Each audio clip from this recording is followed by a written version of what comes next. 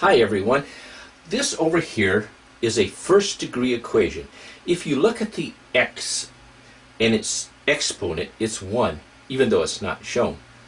This is what makes it a first degree equation. Now, an equation is balanced. What you do to one side, you also got to do the other. It's like a teeter-totter. Here comes 5 pounds being added to Newton's side of a teeter-totter. See what happens. The teeter-totter goes down. Now, to remedy that situation, we've got to add 5 pounds on Hilbert's side. And let's see what happens. The teeter-totter becomes balanced. So we got to do that same thing when we solve this equation. What we want to find is the solution to this equation, what the value of x is, the root of x. So the first thing we're going to do is subtract 5 from both sides.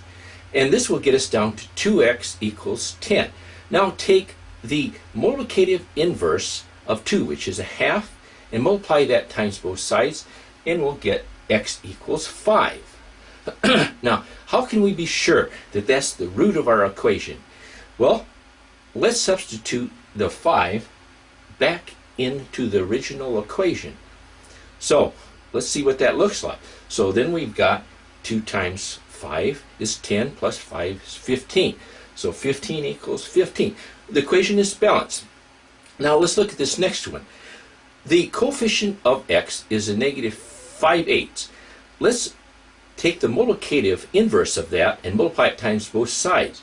And what happens is you get 1x equals a negative 32/25. We can't reduce all those fractions there, so we just have to multiply 8 times 4 and 5 times 5.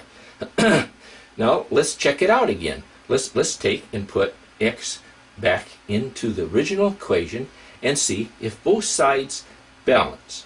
So here we go. On the left hand side we can do a lot of canceling. So 5 goes into 25 5 times, 8 goes into 32 4 times, and a negative times a negative is a positive. So 4/5 equals 4/5. So again, we're balanced. In this case, we need to use our distributive property first. Let's multiply 3 times x minus 5 and get 3x minus 15. Now, the 2x and the 3x will combine to make 5x. And so now let's take and add 15 to both sides, and then we'll get x on the side by itself. So we get 5x equals 30. Take the multiplicative inverse times both sides, and we'll get x equals 6. And again, let's see if this is indeed the root of our equation here. Substitute 6 in for x, and we should get 12 plus 3, and it'll be 15 equals 15. So again, our equation is balanced. Thank you.